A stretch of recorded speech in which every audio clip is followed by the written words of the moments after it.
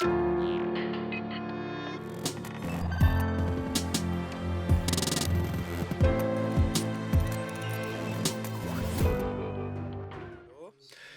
everyone. I am very pleased to welcome you here and during ISEA 2023, and in particular for this roundtable, which is dedicated to the actions carried out by the Fondation Daniel and Nina Carasso. So, if you could please introduce yourselves quite briefly when you first take the floor. Clio, I believe that we have all understood that you are the head of production for ISEA 2023. So to get straight into business, we are here to talk about ecology of practices, and I have one question to Klaus. Why is the Carasso Foundation supporting ISEA, and how? And what is the meaning of this roundtable? Well, my name is Klaus Fruchtnis.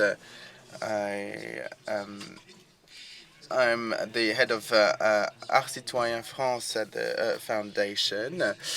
We wanted to take part to this event. I'm not going to repeat what was said by my director previously, but it was very important for us to take part to this meeting and to support ISEA. We really wanted to encourage this cross-cutting approach that you wanted to put forward here at ISEA. And if you remember the first conversations that we had with Marion Neymar as well, the idea was not to simply support you financially in the organization of your event, but we wanted to go even further because the foundation, of course, is here to financially support some projects, but we are also in backstage supporting the various projects.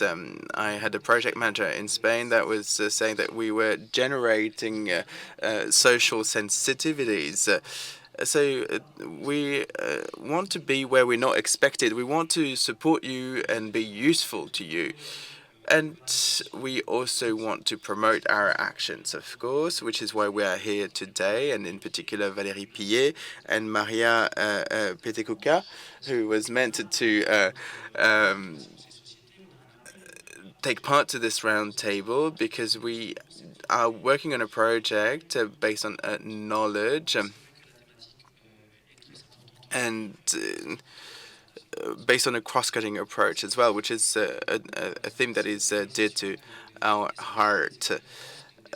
We want to be able to talk about knowledge, about know-hows, and to do so, we have experts, Maria Ptqk, but also Valérie Pihet, have come to work on our project. They've assessed our project. I believe that the review is online. There's a PDF that's made available in Spanish and in French. And it was really our will to be able to share with our ecosystem the result of these projects and the result of the work of those working on the field. And the idea is also to see what we want to do now, what we want to do in the future. Cécile Boulet and I talked about this when organizing one of their sustainable event. In the event world, there are so many changes to be made when it comes to sustainable development, and it cannot just happen overnight. So we need to start somewhere. We need to start with the right people. And I believe that with Clio and Alicia Bonneau, they have worked tremendously with Cécile and Cathy Bou. There was a lot of work done in terms of preparation. The idea is to see how we can then include all these dimensions in your events at the Cube and all that. How can we bring a different perspective? So the composition of knowledge, the term composition itself is very positive, just like symbiosis, but it can also have a negative component. Let's not forget that corporations can sometimes lead to tensions, oppositions, controversies, and here I'm turning to Valérie Pihet on this term composition. As a researcher, as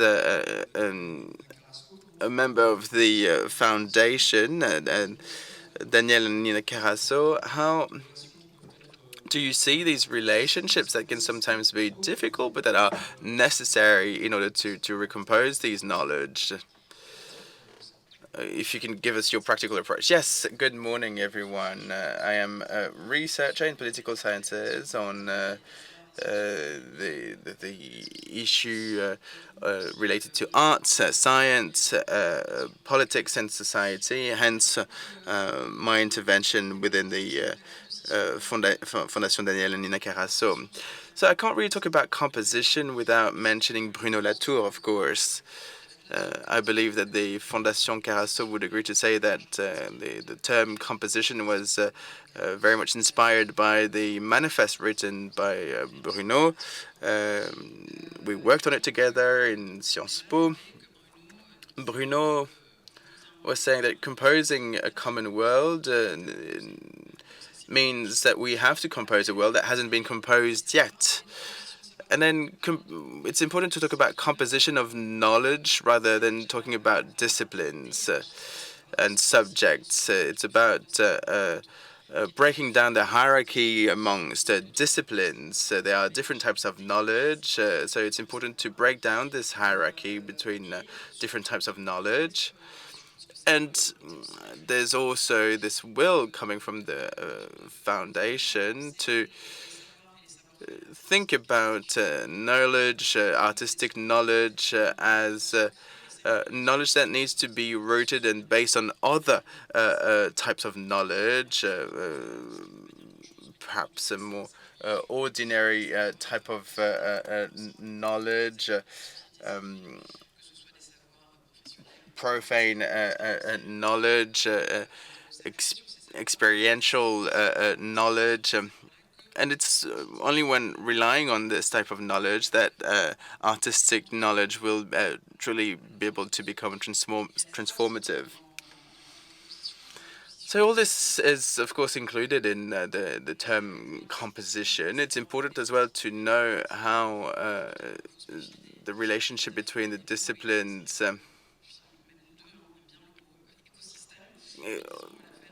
make up an ecosystem.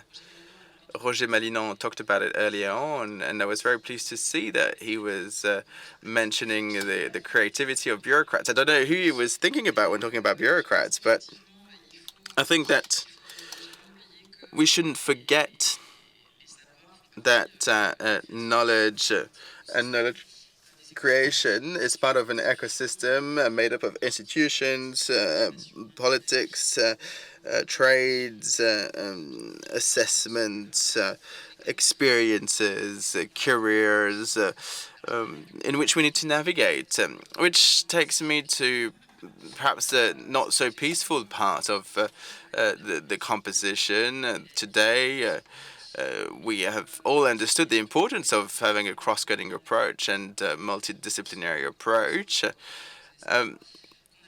But we realized that all this was a bit too peaceful for our taste. I don't think it actually is peaceful, but on the visible part of the iceberg, it is. The tensions are not particularly visible, but it is up to us to make them visible and to make them politicized. Now, this might be confusing. We're talking about composition of knowledge, and the title of our presentation is the Ecology of Practices. Ecology of Practices means implementing the composition of knowledge.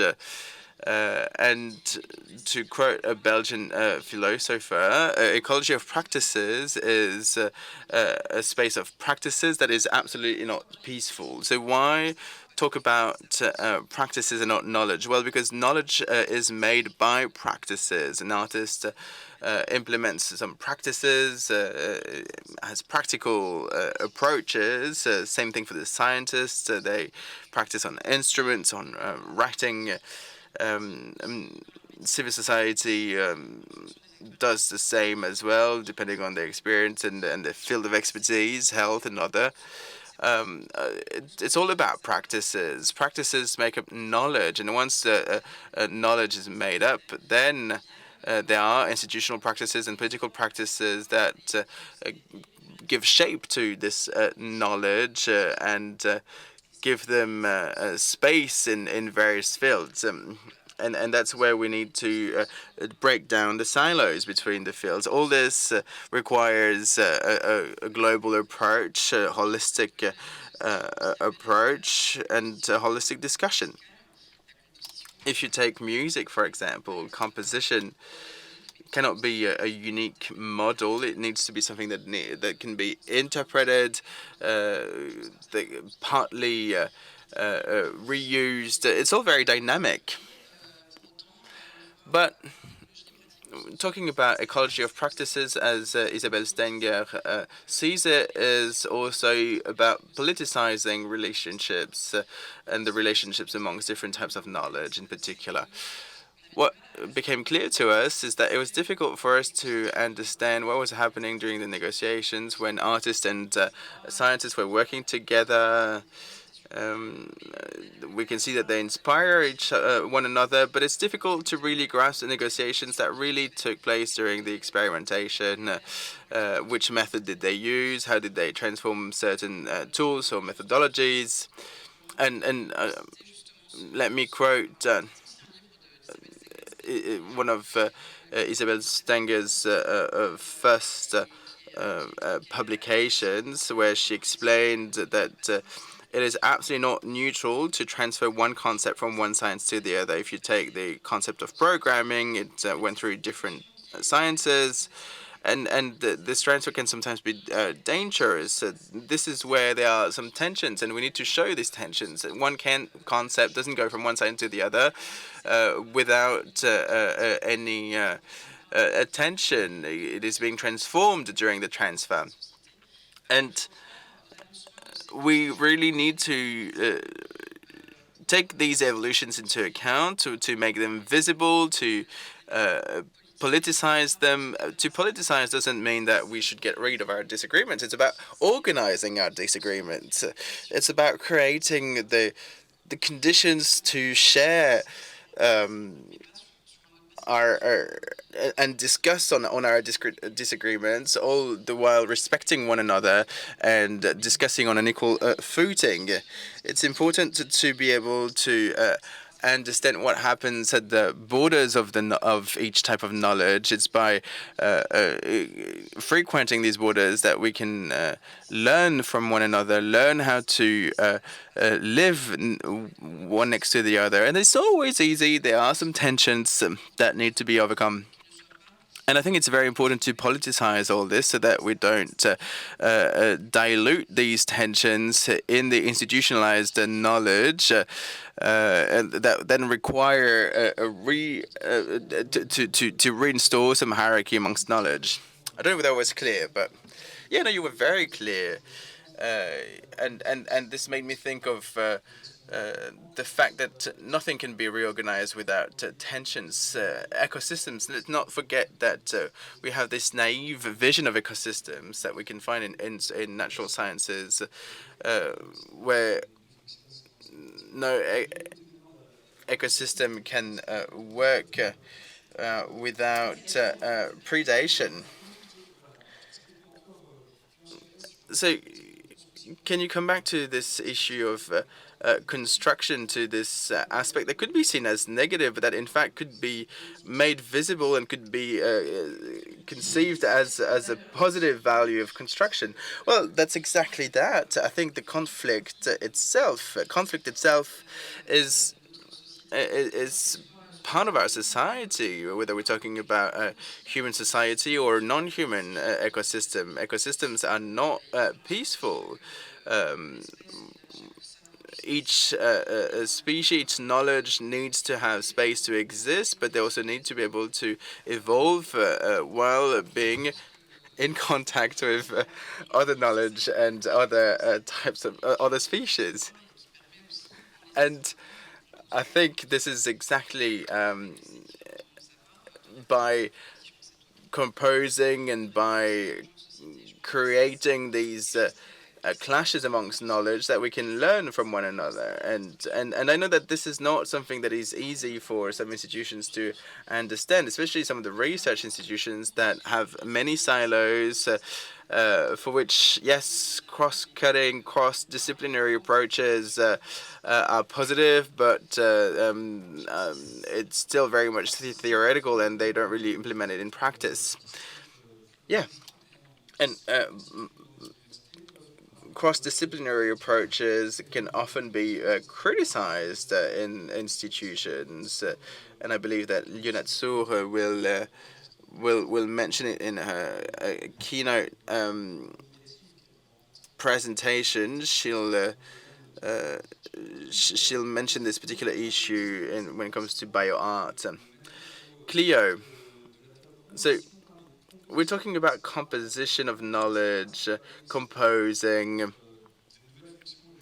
This can lead to new stakeholders in terms of curation. Can we think about a curation of ecosystems? So my name is Clio Roszkowska. Yes, I am the head of production for ISEA2023, but in this roundtable, I rather talk as a curator, and I work in various contexts, institutional context, but also alternative venues. And as a curator that has a large experience working in a large panel of venues, we can see that working as a curator can vary depending on the venue, depending on the place where you're working. The issue are not the same, so the challenges are not the same, and I think that it's very important here to talk about ecosystems. I would even go even further. We can talk about biocenosis and biotopes. The creation of all players, both living and non-living players, because we all have the non-living players. We have AI, for example, just to mention one, and as for the biotope, well, it is made up of all the cultural institutions, for example. This is the environment in which we live, and in which we evolve. We then need to take into account the geopolitical context in which we find ourselves. So the cornerstone that binds everything together to me is the viewer, the spectator. So once again, spectator, participant, user, there are various terms, and picking the right term is yet a whole other debate. But it's absolutely necessary for me to talk about the impact measuring tools. It's very important to be able to talk about this value added. And the externalities that are linked to the experience of the user. Now, I do apologize because I'm not Maria Ptqk, that was meant to take part to this roundtable. I was asked to replace at the last minute, but I know that the Foundation is also interested in assessing the impact, and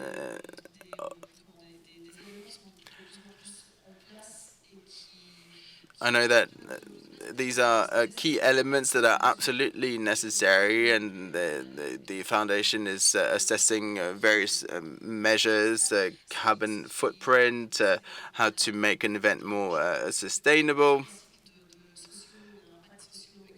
the social and economic impact of an event. But there's also something that's very interesting, and is that we shouldn't forget about the externalities, the users, the spectators. And for us to really understand these externalities and to place them at the center of the work requires a lot of work, and we're still not there yet. Even though, yes, we can no longer envisage the interaction with the users only when we are opening an exhibition. We need to think about it beforehand. Curators, artists, event planners who are organizing artistic events try to integrate the user before, during, and after the event. I believe that Maria will give us some examples later on. Right.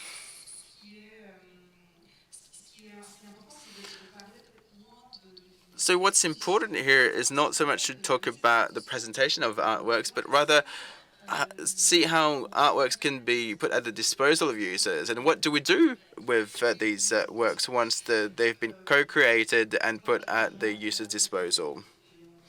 All right, so I think I'll stop here. And you are naturally giving the floor to Maria, so that's perfect. So, and that's exactly what Valérie was saying. When we're talking about compositionist spirit, Bruno was talking about composition and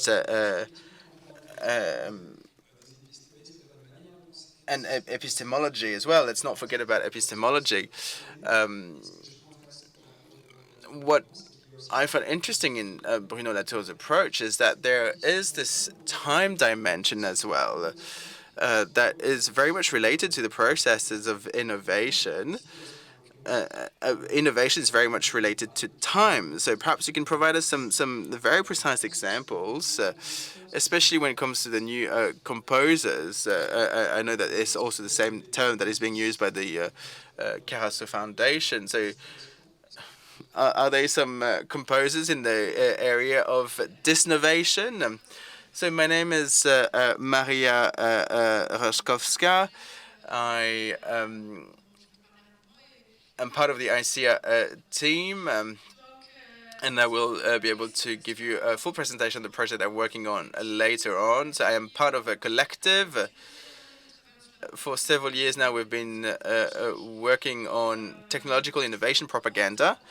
When we started working on post-growth in 2019, we realized that technocritics was not going to be sufficient, and simply by critiquing stuff is just not going to cut it.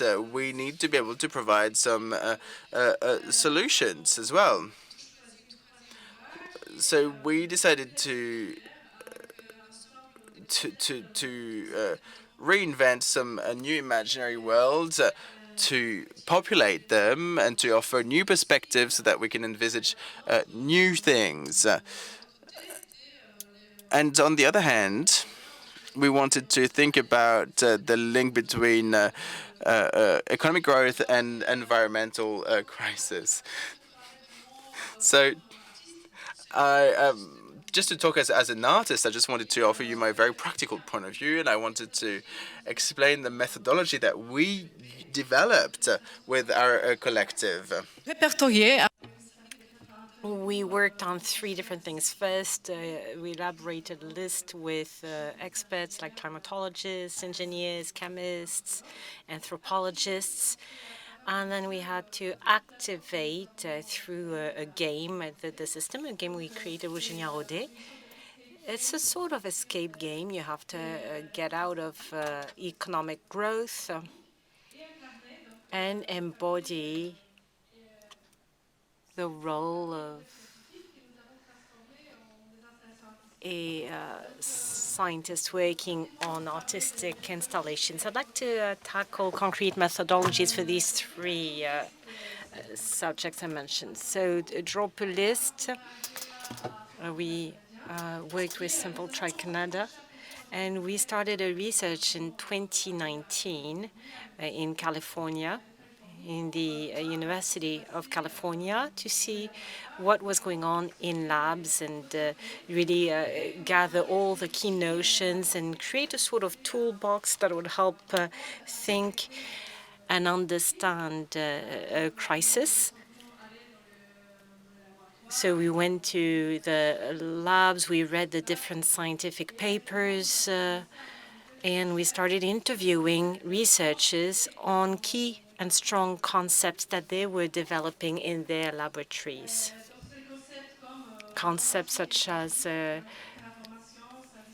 ecosystemic services, computing. Maria, I think you have to talk a bit slower for the interpretation, please, and for us all, please, Maria. Thank you.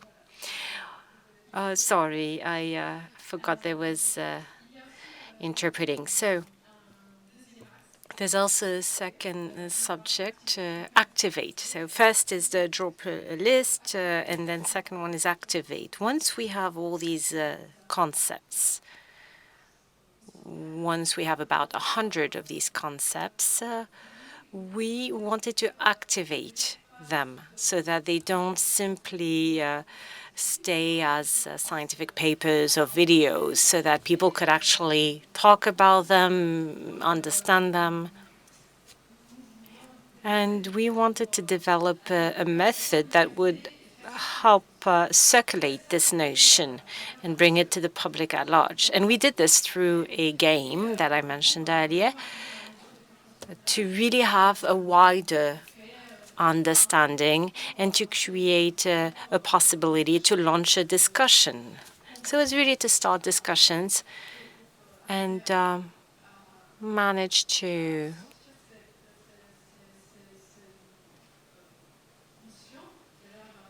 get these notions away from their academic environment and be able to engage with other people. These notions are quite abstract, so it was difficult to represent them visually. So we worked on illustrations. We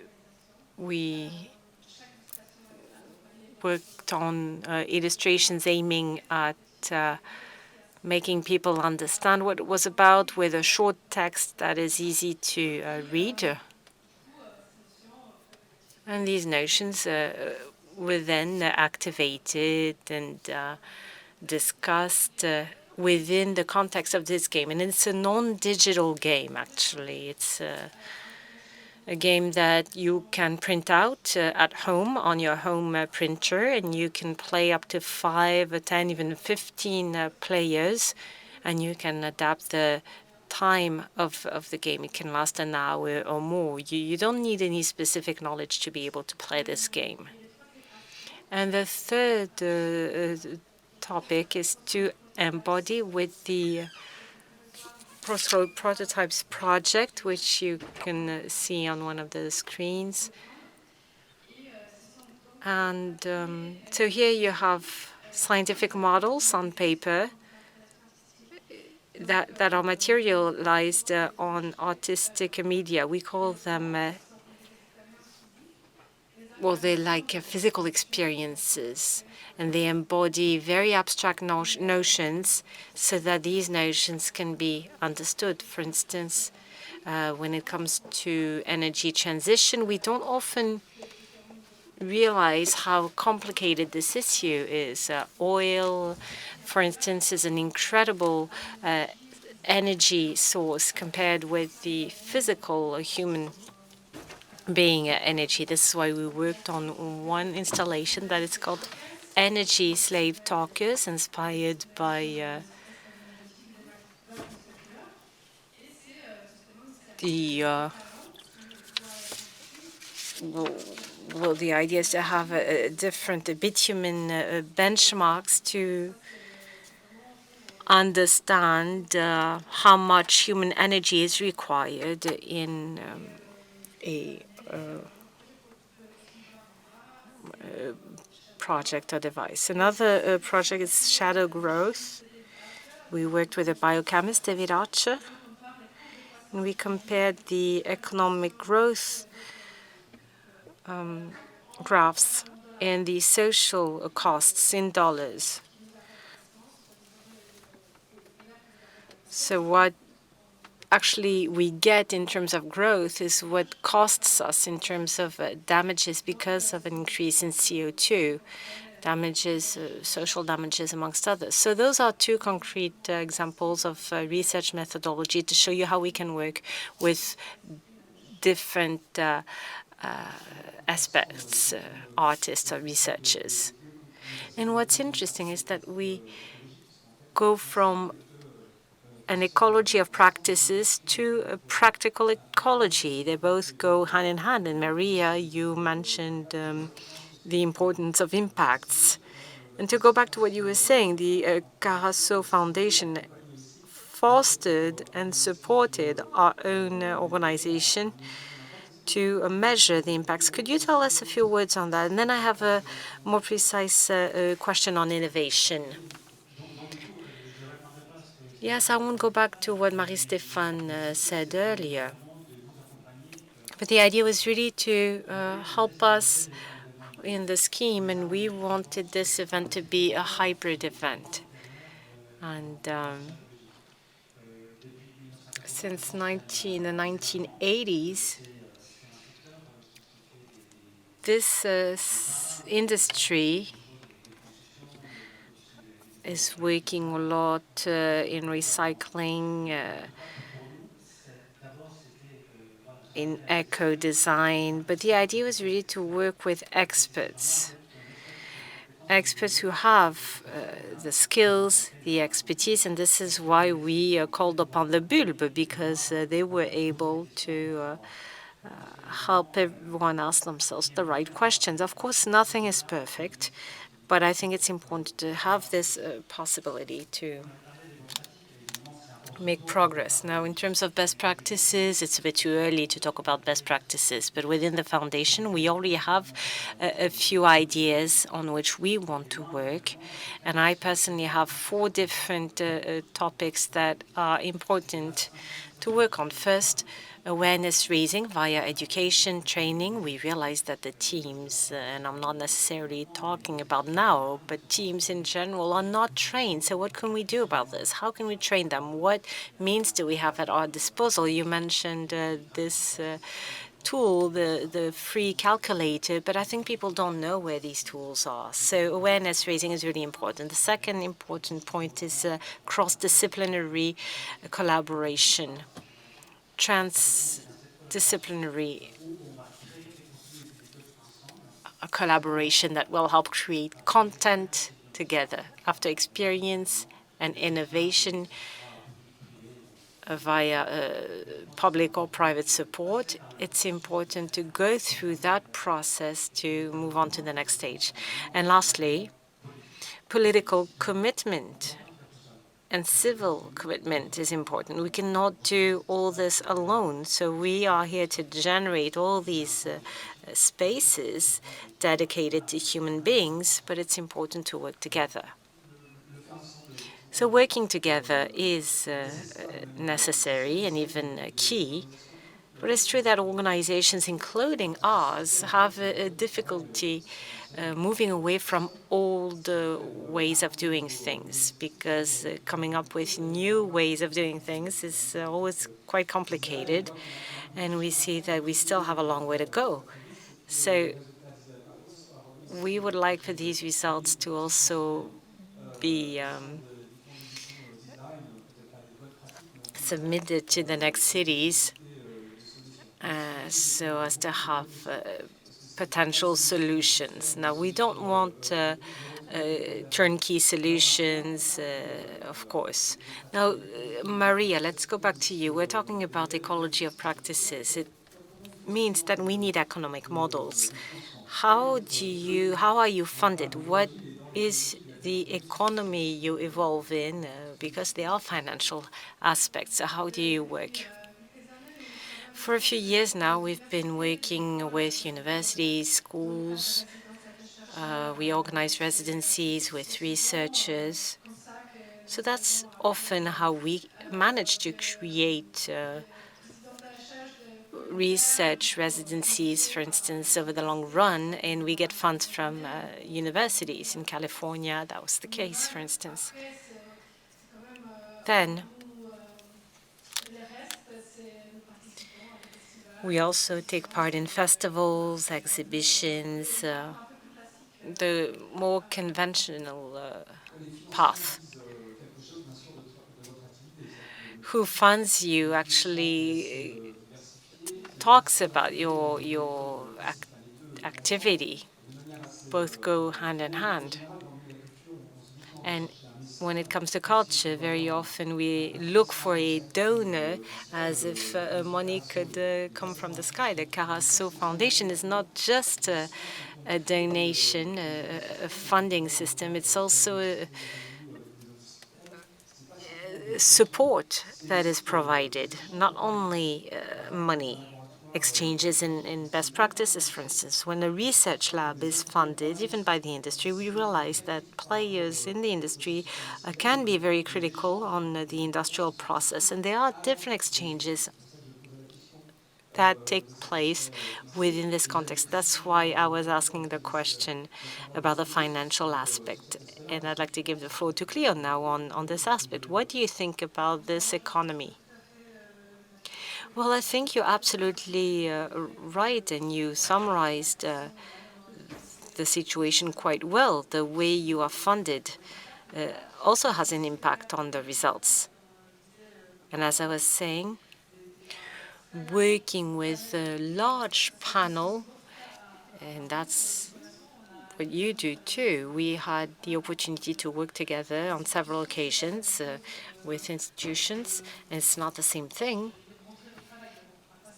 to show your work. And even though it's not only about showing your work, to in an arts center in a London suburb, or in a digital center, or in an association venue, because this is also a venue we're working on.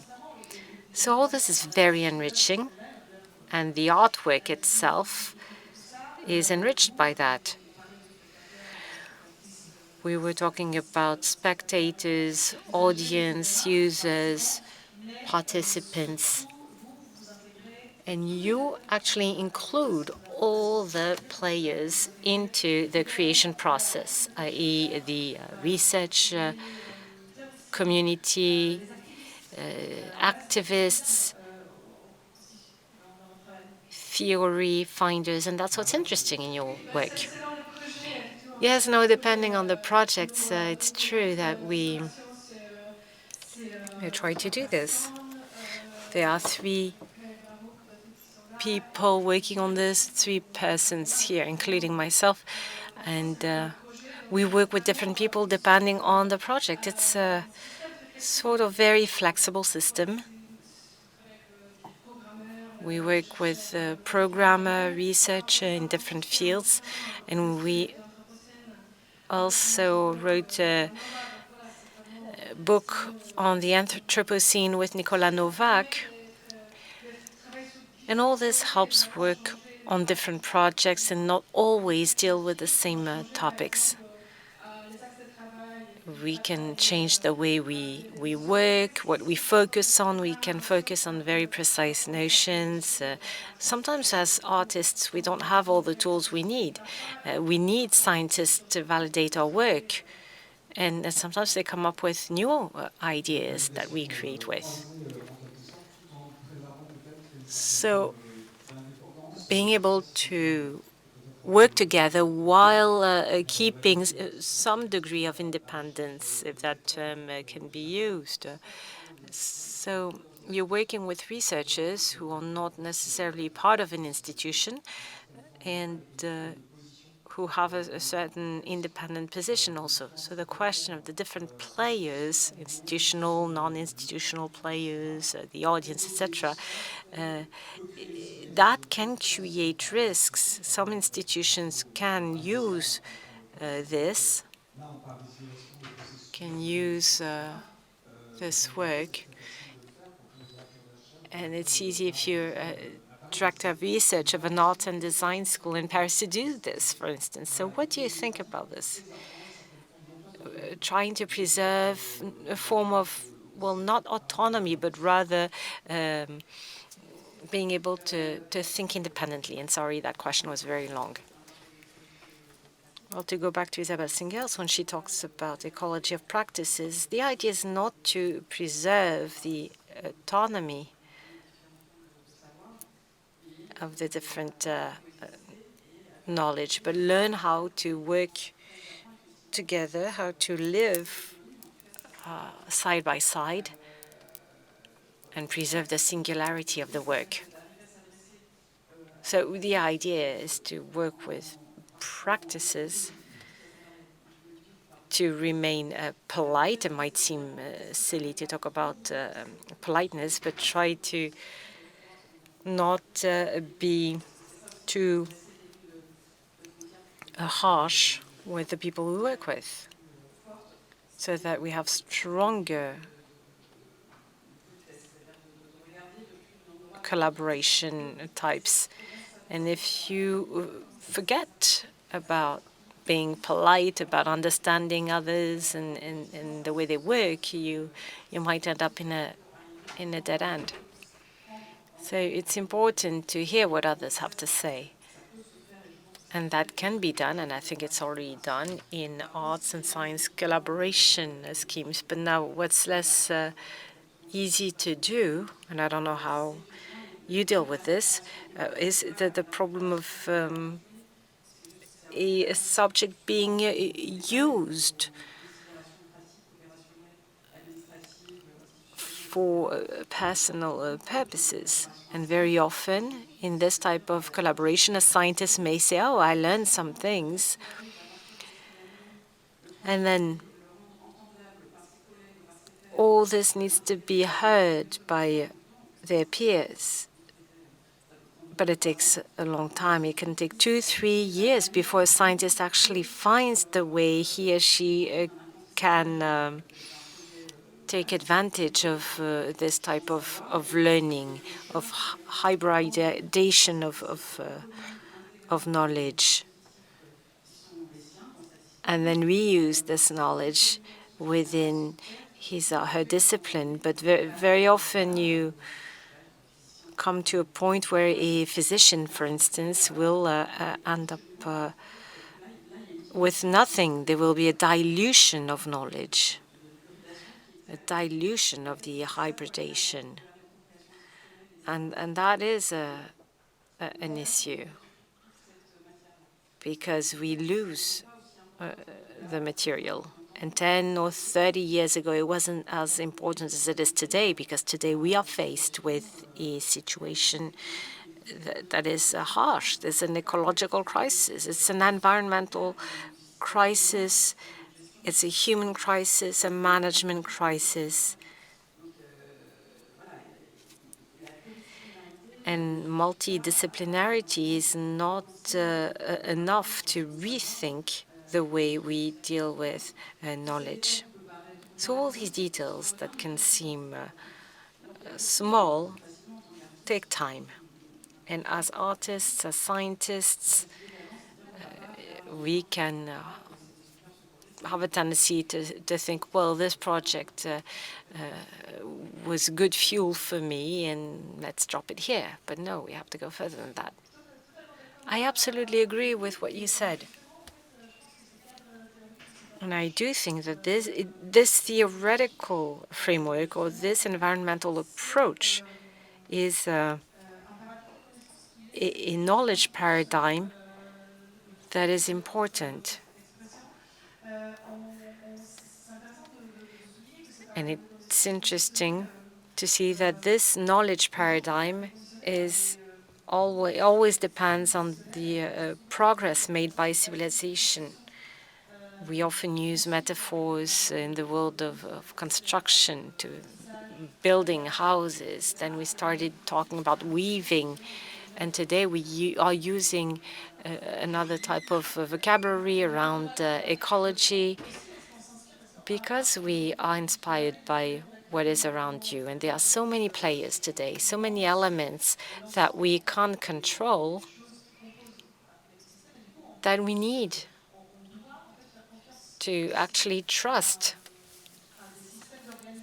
systems of organization that are decentralized and that are not only built by human beings. Just a message I'd like to convey. I'm writing a thesis on this, so it's really interesting to me. Of course, we need to be able to assess things, but I've been realizing how strong assessment can be. Players in the field should not only be a spectator of this assessment, they should really seize it and be a fully fledged player in the process. So looking at assessments carefully is important. If a scientist works with an artist, it's important to mention him.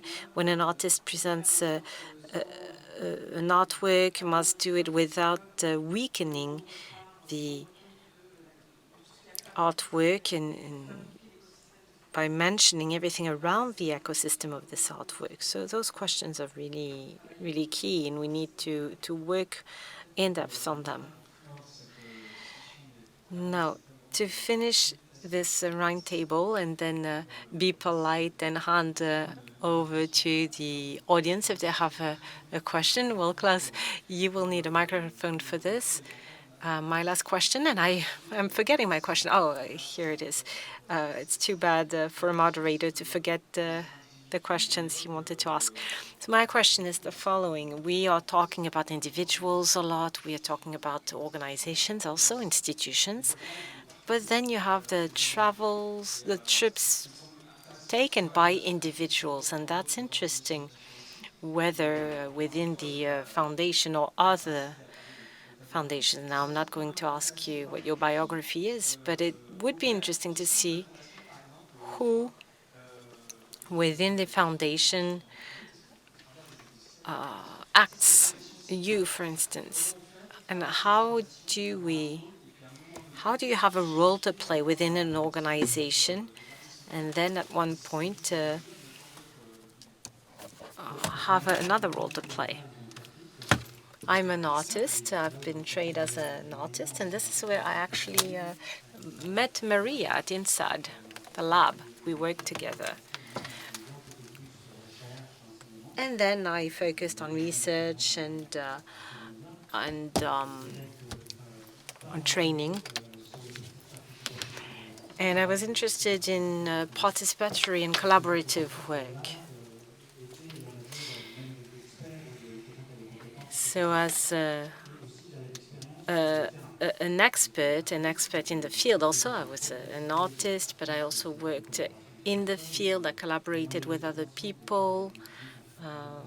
And in my case, I worked with users, communities, inhabitants, public and private sector alike. So I had all this expertise that helped me actually have access to this position. And your question is interesting because as individuals, we're all different. I'm thinking about my Spanish friend who is here in the room. We're doing the same work. I'm doing this in France. He's doing it in Spain, but from an institutional point of view, from a museum point of view. And in France, we have people with different backgrounds. And I think this is a great richness.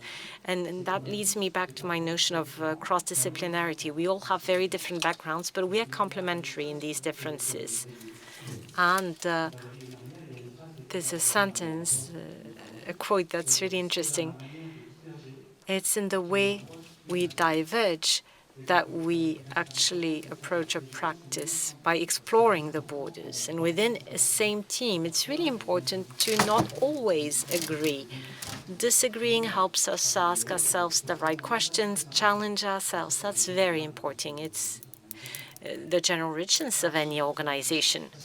Well, I'm not sure about that because there are very few organizations that have the capacity to include individuals with different backgrounds. An organization that needs to challenge itself is important, but to have a stable organization that can actually renew its skills is complicated.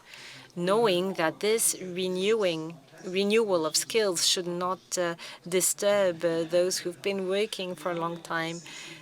So it's an important question. You need renewal on the one hand, and on the other hand, this renewal and cross-disciplinary approach should not be disturbing to what's already in place. And we have institutional players sometimes who freeze things. It's difficult to find a balance. I used to be an academic director of the American University in Paris, and with my colleagues, we all had the same background. We all went to the same schools. We were all very like-minded, and here it's completely different, and that's what's interesting. You have people coming and going, and you have this opportunity to be in an environment that is fascinating. I think that the work we're doing is really rewarding, and we're passionate people. Absolutely. Well, thank you very much for all your contributions. Now, if you disagree with what we said, don't hesitate to raise your hand, or if you want to make a comment, there is a microphone going around. Emmanuel Frère. Yes, Emmanuel Frère, thank you very much for this roundtable. I have a question to Valérie, maybe. I didn't read the report. I just learned about it, but I did go through it very rapidly. I have a question regarding the valuation. Have you detected in the project analysis, or have you identified strategies, well, specific valuation strategies? So we know what these are for scientists, but for artists, it's more complicated to know how an artist can enhance his or her work or research, and then what stems from all this. Have you identified strategies that can help enhance this shared knowledge or the knowledge created by other players in the framework of a project? What would these strategies be to give value to general knowledge produced by these players? That is a tough question. I would say that from a general point of view, the assessment of hybrid projects is problematical, because assessment really is compartmentalized today. And that is an issue. All the players working on a project with artists, with scientists, they have to be accountable. They have to report to their institution, and they have to also be accountable for this project. And they are committed sometimes outside of their ecosystem.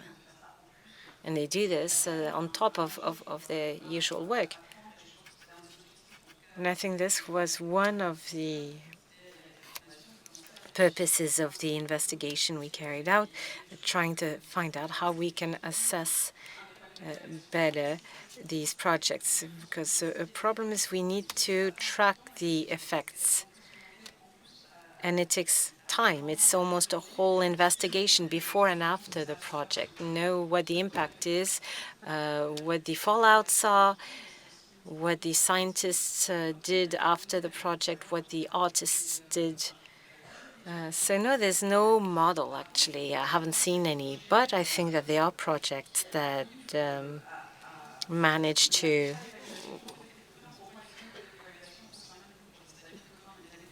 carry out assessments within a project, coming up with tools, inventing shared knowledge tools and new ways to communicate this knowledge.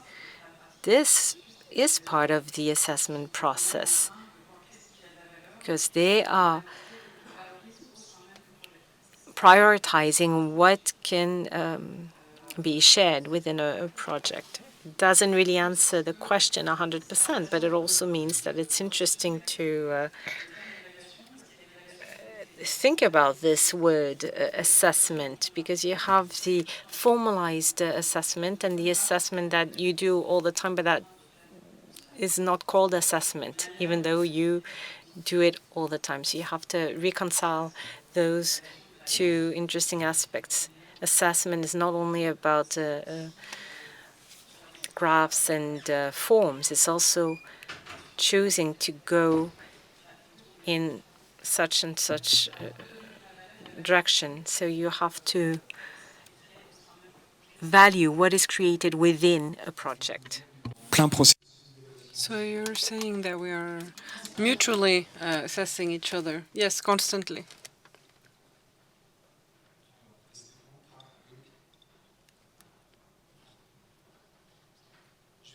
Yes, in the middle we have a question.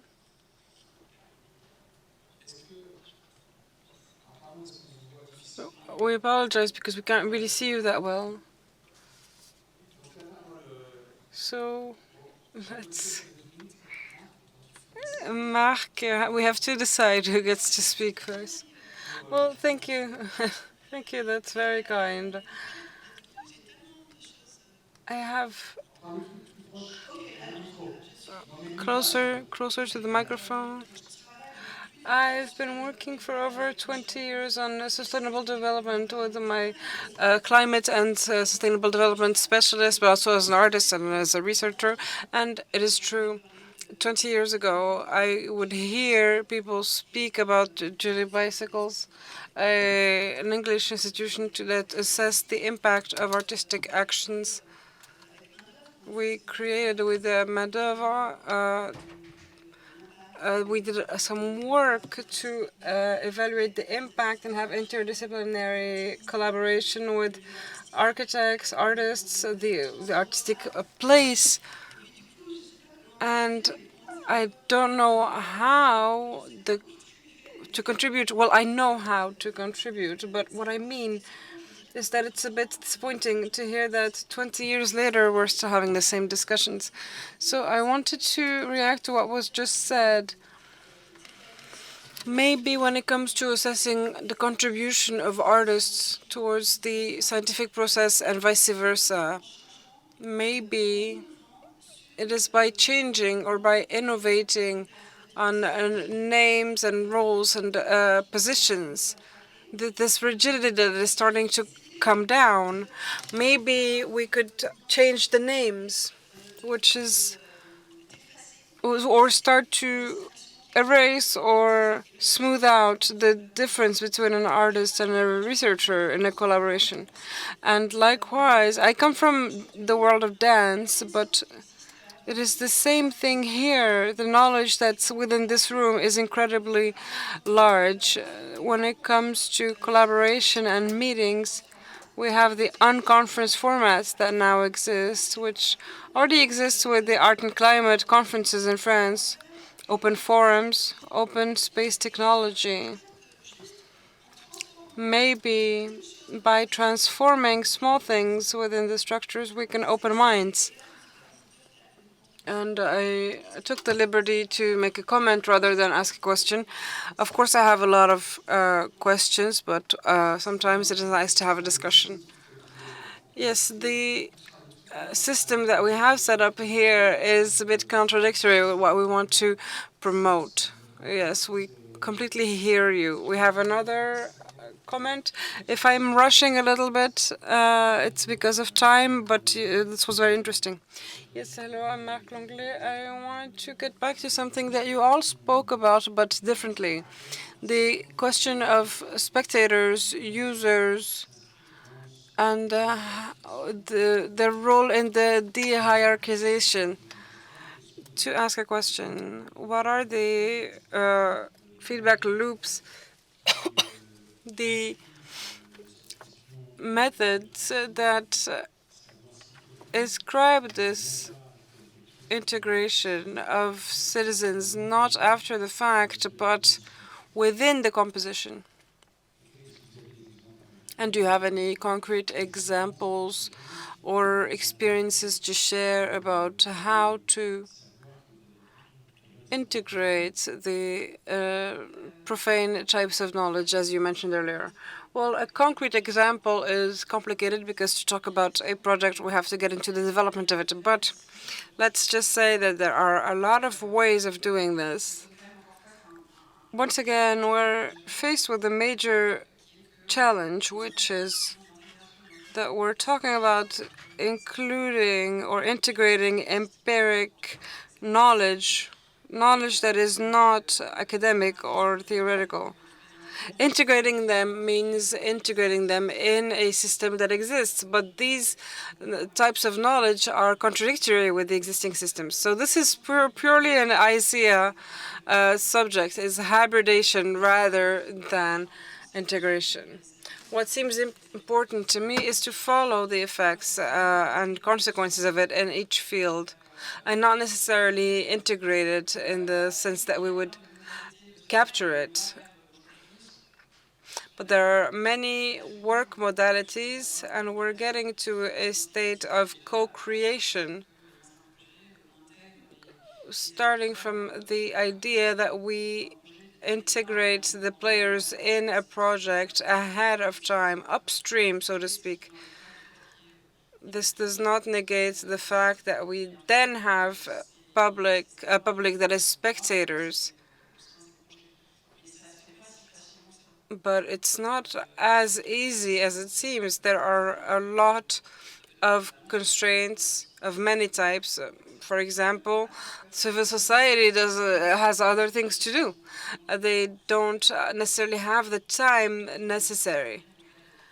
Maybe they don't have time to integrate themselves, or at least to be stakeholders in these projects. It's not as easy as it seems. So I think there's a lot of work that remains to be done, even though the experiences are very nice. I was very impressed by the Spanish experiences from the calls for proposals. The institutions are different. The way of working is different. There is maybe more porosity between institutions that allows for experimentation. But I'm very impressed by the ability of the projects I've seen coming from Spain at the Carasso Foundation. They were able to shift lines administratively, societally. They really were able to co-create with people from different types of experiences. So the goal would be to share these experiences. I think we have to wrap this up, but if you would like to discuss this further, I would be very happy to do so. And then I could talk to you wearing my researcher hat. In the evolution of practices as a scientist or as a citizen artist, there is the role of the artist, the curator, and so on. There are many terms that could be used, and if we look at the history and the evolution of these practices, I think there are many things that we could leverage. I suggest that we